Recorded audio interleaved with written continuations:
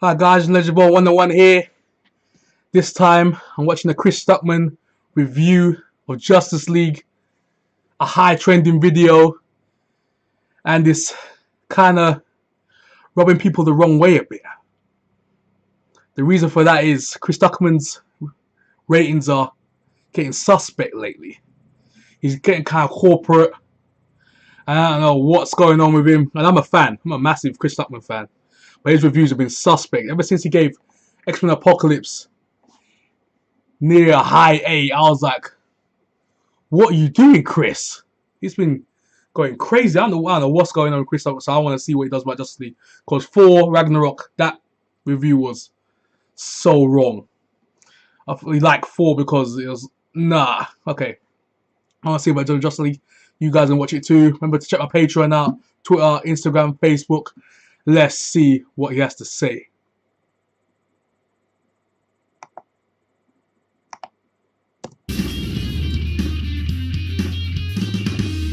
Justice League is finally here, the movie in which Batman, the Flash, Cyborg, Wonder Woman, and Aquaman team up to fight against Steppenwolf. We've already had movies with Wonder Woman and Batman in the DC Extended Universe, but this is the first time we're really getting a good look at the Flash, Aquaman, and Cyborg. As most people know, this film went under a very difficult production when Zack Snyder's daughter tragically committed suicide. He had to step away from the production, and Joss Whedon came in and did very extensive reshoots and rewrites. Henry Cavill was working on Mission Impossible 6 at the time and had a mustache that they had to digitally remove for all of said reshoots. Because I guess a ton of reshoots and rewrites is just the Hollywood norm nowadays. So how is Justice League? Well, I can say this, it's definitely a lot more consistent than I thought it would be for a film that is kind of directed by 2 people. It does feel like one person directed this movie. It's more consistent than I thought Rogue One was in tone, and certainly more consistent than Suicide Squad. But it doesn't really feel like a Zack Snyder movie, and I've seen all of his films. This is the least Zack Snyder-y of all of the films that I've seen him direct. And that could be for one of 2 things. It could be that he has decided that he's going to make a more lighthearted film with a little less baggage, or Joss Whedon has more of a stamp on this film than we're being led to believe. Whatever the reason, this is a surprisingly lighthearted movie. I would even go as far as to say it's a little fluffy.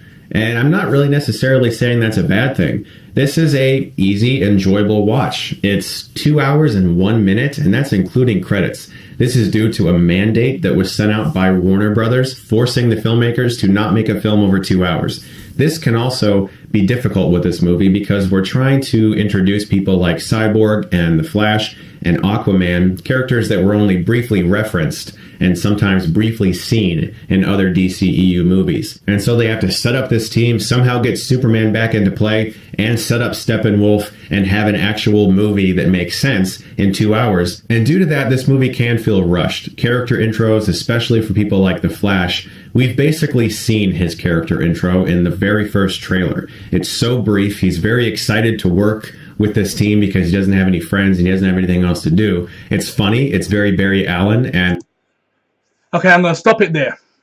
Barry Allen, no. That is not Barry Allen. I don't know what you're talking about, Chris. I don't know what this man is talking about.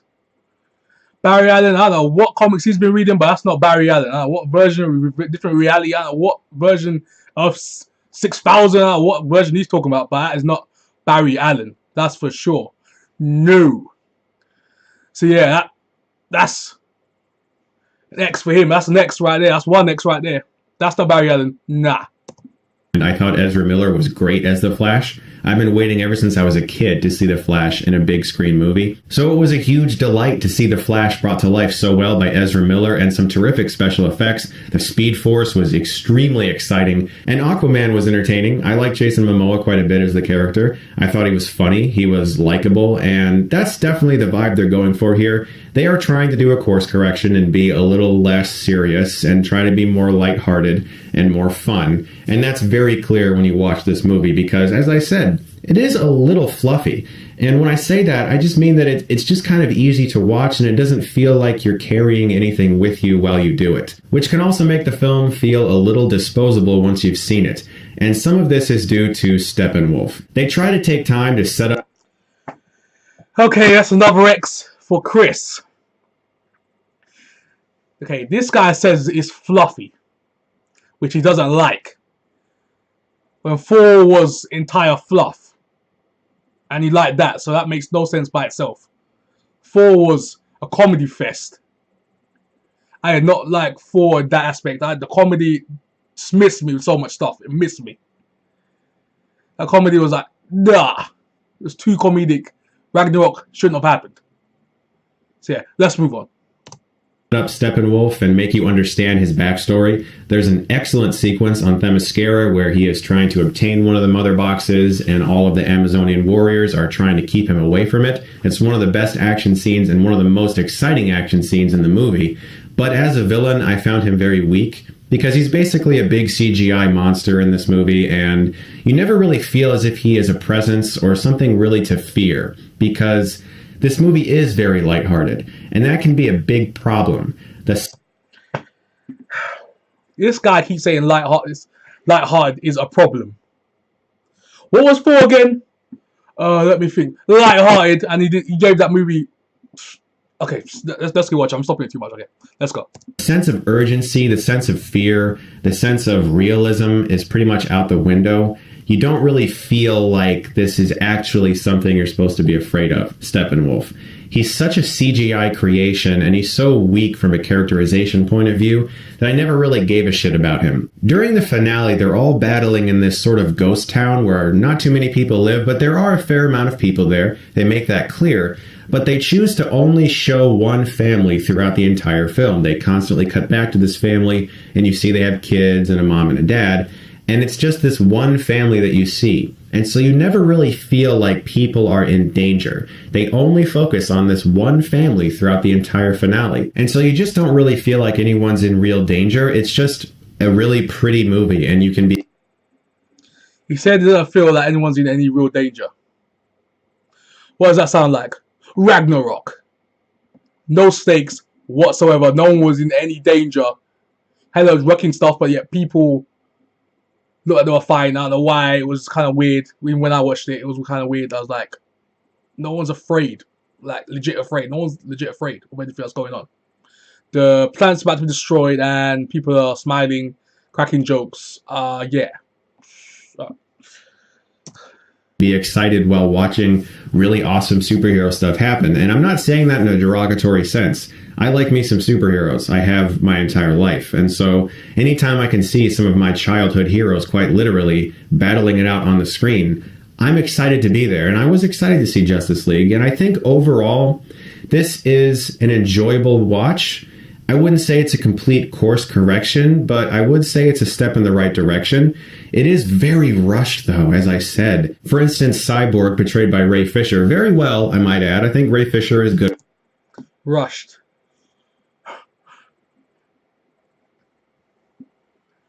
Thor Ragnarok was rushed. I was watching a movie. I was like, is the movie finished? Like, the movie just ended like that. And I was like, the movie didn't feel finished. But Ragnarok did not feel finished to me at all. I don't know what anyone else is going to say in the comments. I don't know. People responding to me. I don't know what they're going to say about it. But to me, Ragnarok was not finished. To me. I don't know what Taika Waititi did to that movie, but that did not feel finished. It looked like a complete rush job to me. It didn't feel finished at all. So I don't know. Like, Ragnarok was a complete rush job to me. It was like good in terms of like the visuals. Like, it was okay, but other than that, story, nah. There's this character. He is one of the most difficult characters to get across here because his backstory is very murky in the film. I mean, I know what it is in the comics, but I have to always separate that. I have to realize that this is a movie, and the majority of the audience that goes to this movie, like the general public who just wants to go see the Justice League, they probably haven't read too many of the comics. And so here we get some hints and some backstory explained as to what happened, but Cyborg's position on this team just basically ends up being the guy who interacts with things. He touches things, he reads technical readouts, and he tells people what they need to know, and he doesn't really do that much. He has an integral thing that he has to do, and he has to be there to make something work. But just because he stands there interacting with something for 10 straight minutes, it's just not very exciting. And I wish that Cyborg had more to do than just be the guy who reads files and touches things. Gal Gadot as Wonder Woman, of course, is great. I loved her film. She was one of my favorite parts of this movie as well. Ben Affleck, once again, really strong as Batman and Bruce Wayne. I've been on his side since before BVS even came out, and he was great once again. Henry Cavill as Superman. This is my favorite Superman has ever been in the DCEU. When he appears, it's so awesome. They really did some cool stuff with Superman, and I won't give you any spoilers away, but the things that they did, it really made me happy as a longtime Superman fan, and I think most Superman fans are going to be happy with the way he's portrayed here. And yeah, in a few shots, you can definitely tell the mustache has been digitally removed, but I wonder if you really would have known if it wasn't so widely purported, because everything now involving comic book movies or Star Wars is a news article or a clickbait headline. And so if we didn't know, we might not notice, but now that we know, you can kind of look in a few shots and be like, that's definitely a CGI upper lip. But it's not the kind of thing that would tank a movie. It's just noticeable in a few scenes. But again, my biggest issue with this film is that it does feel rushed. And I think if you delete the production issues and just not even think about that, I think I would boil it down to Warner Brothers' mandate that it has to be 2 hours or less. Because there's so much they're trying to do here, and they don't have enough time to do it. Barry Allen's setup is very, very small, as is Cyborg's. They just don't give you enough time to really appreciate some of these characters. And they're entertaining. They're likable. They say funny things. And so you can kind of get behind them and appreciate watching this. But there just wasn't as much depth in the team as I wish there could have been. When you have to put certain things into a movie to set up other films, and that's the only reason it really fits into this movie, you're going to get into some messy plot points, and you're going to get into some things that don't really work. And that's the biggest issue of all cinematic universes. Something else I would have liked to have seen is a little more squabbling amongst the team, more character confrontations, things that they disagreed on, because the scenes in which characters on the Justice League fought or disagreed, I thought were some of the best in the entire film. But it's brushed over so quickly to get to everyone battling Steppenwolf in a big red green screen area. And I wish that there was just more character confrontations, because that would give us more depth on the team. It would give us more reasons to feel like they are separate entities trying to work together, not just one big team that has one goal. I think where you can tell the most that two different people have directed this movie and that there's been rewrites is that scenes don't always flow with a natural momentum. Scenes come and go, and they feel like contained moments, like a clip you might watch on YouTube that's really cool. Like, oh, I want to watch that scene where Batman does that, or I want to watch that scene where Flash does this. And it doesn't always feel like it creates a whole picture. And this is the kind of thing that I have to remember, because I'm such a huge fan of all these characters. But I'm also someone who loves to examine film. And this is not a comic book. You know, I know a lot of these characters' backstories, and I can look at this movie and I can fill in the gaps that are not in the movie. I can say, well, I understand what Steppenwolf is doing here because I know what they're hinting at. Or I understand. I gotta stop it there as well, because Justice League 4 is just like that too. So he didn't point out hardly any flaws with Thor Ragnarok. That's why I'm always gonna go back to that. Thor Ragnarok, I'm gonna always go back to that, because he hardly pointed out any flaws to Thor Ragnarok. Hardly any. And he's picking apart Justice League, like, it's like, wow. It's just crazy. Because it's crazy. Understand why that person's in the movie, because I know what they're hinting at. Or, oh, that's cool. They did that because I remember that from issue whatever. But most people who go to this film aren't going to connect those dots. And so some people will go to this movie and be a little murky on plot details and not quite understand what certain characters are talking about or what Steppenwolf is trying to do.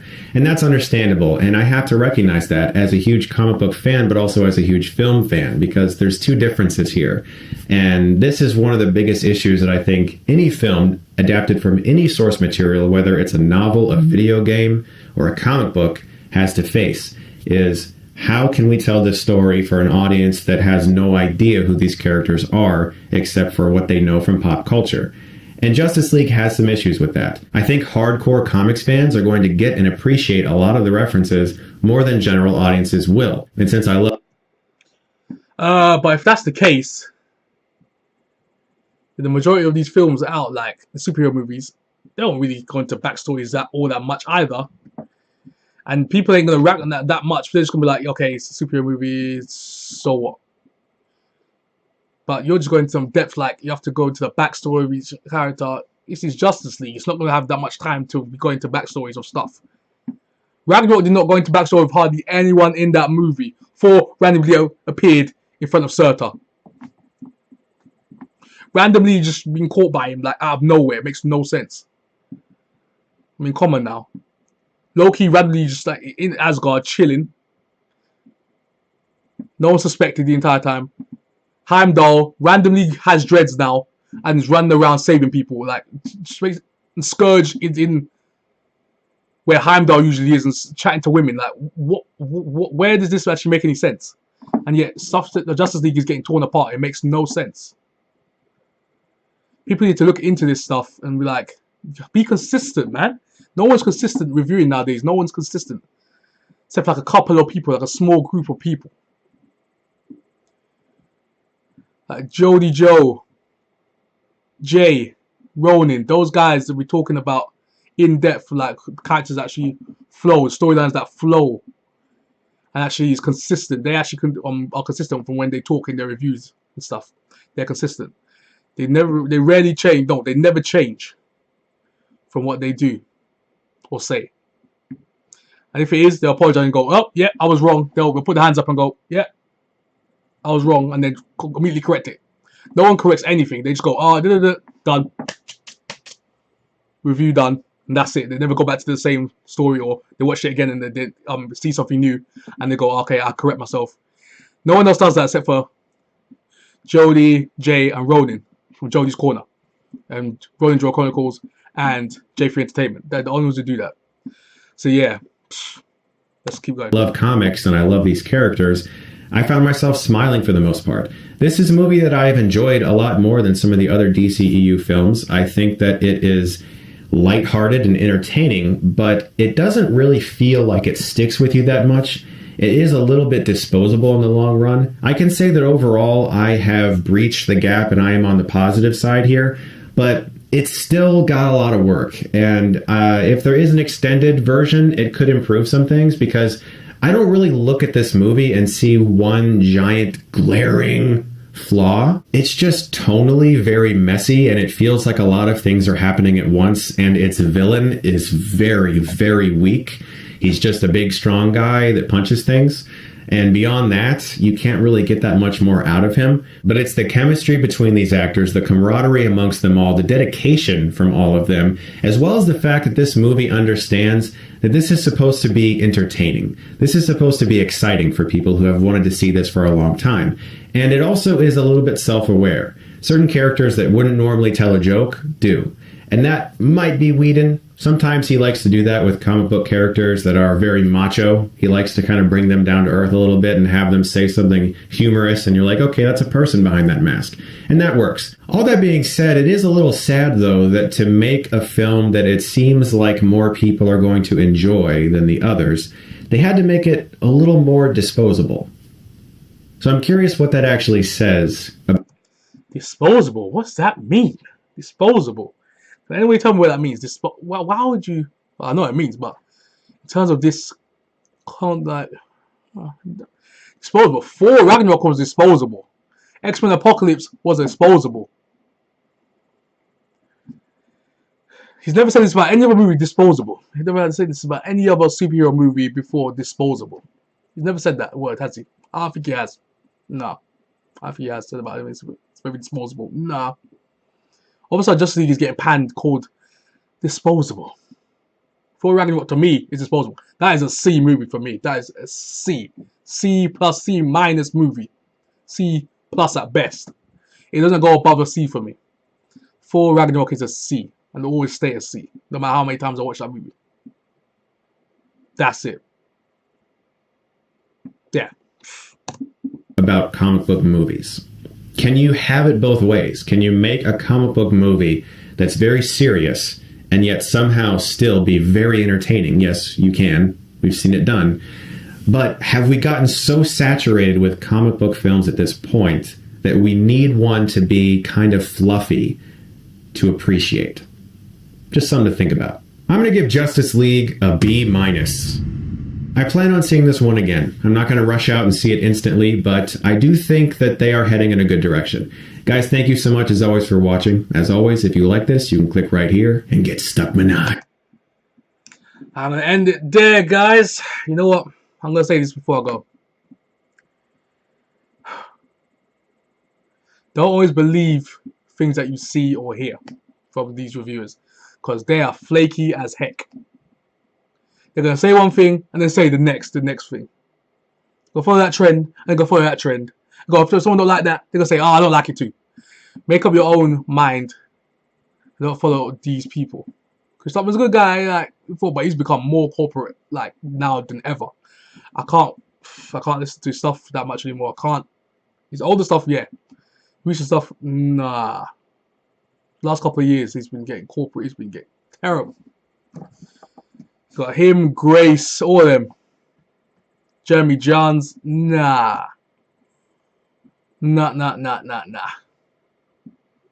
If you want to be a real reviewer, go check out Jodie's Corner, J3 Entertainment, Roland Joel Chronicles. Those three legends. Those three. Alright. I'm out, guys. Remember to check out my Patreon, Twitter, Instagram, Facebook. Yeah. That's me done. I'm out. Peace.